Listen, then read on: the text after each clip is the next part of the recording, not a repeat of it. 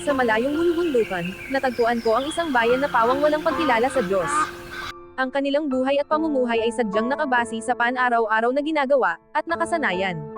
Sa di kalayuan, nakita ko ang isang ginang na nag-aayos ng halaman. Nilapitan ko ito at tinanong, "Magandang araw po. Ako pala si Kellen. Nais ko po sana kayong baudyaan ng konting kaalaman tungkol sa Diyos. Pwede bang wag muna ngayon iha? Ako'y may ginagawa ngayon." Sige po, paumanhin po. Tumalikod ang ginang at sabay alis sa aking harapan.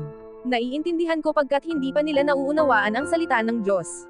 Sa aking paglalakad sa daan, nasalubong ko ang isang matanda na may dalang basket, na tila galing ito sa bayan. "Magandang umaga po Lola, ako po pala si Kellen, nais ko sanang hingin ang iyong konting oras upang makinig sa salita ng Diyos." Ngumiti ang matanda, "Sige halika, sumama ka sa aking bahay." Ilan saglit kaming naglakad, narating namin ang kanyang bahay. "O Luzeng, andyan ka na pala." "Oo Bino, may kasama akong babae. Kumusta po?" "Ako lang iha. Siya nga pala ang asawa ko si Bino, halika iha at umupo." "Ano bang mensahe ang dapat naming malaman iha?" "Ito po ay ang salita ng Diyos. Bigyan niyo po sana ako ng konting oras na basahin ito at ipaintindi sa inyo ang nais ng Bible." Sige iha, makikinig kami." Habang binabasa ko ang aklat, nakita ko sa mga mata ng mag-asawa ang kaligayahan. At gustong malaman ang lahat, kaya nang matapos kong basahin, agad ko silang tinanong, "Ano po ang inyong naiintindihan sa paksang ito?" "Iha, nalaman namin at nauunawaan kung gaano kahalaga ang bawat araw. At kung gaano kakaikli ng buhay. Tama po, pagkat ang Panginoon man ay hindi nagsayang na oras o araw, kung ano ang kanyang layunin, yun ang kanyang ginagawa dito sa lupa." "Tama ka iha, ang buhay naming mag-asawa ay nakatuon sa mga bagay na nakakatuwa ng aming puso.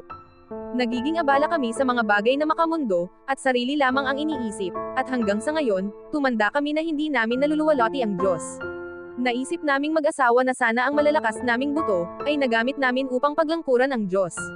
At, ang malalakas naming boses ay nagamit namin upang ibahagi ang kanyang mga salita, at ang sariwa naming pag-iisip ay nagamit namin upang ilarawan ang kanyang pagmamahal. Ngunit ngayon, kami ay matanda na at walang lakas, at marami ng karamdaman, wala ng boses na ay lalakas pa para sa iba, at ngayon, nagiging makalilimutin na kami para maalala pa ang mas lalong mabuti.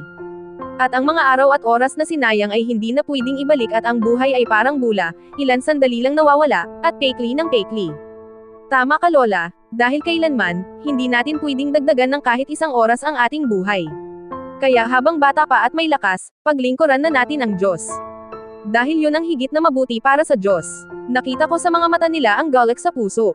Ngunit nakita ko din sa kanilang mata ang paghihinayang. Na sana noon pa nakilala na nila ang Diyos at napaglingkuran. Thanks for watching. Please subscribe to my channel, and click all.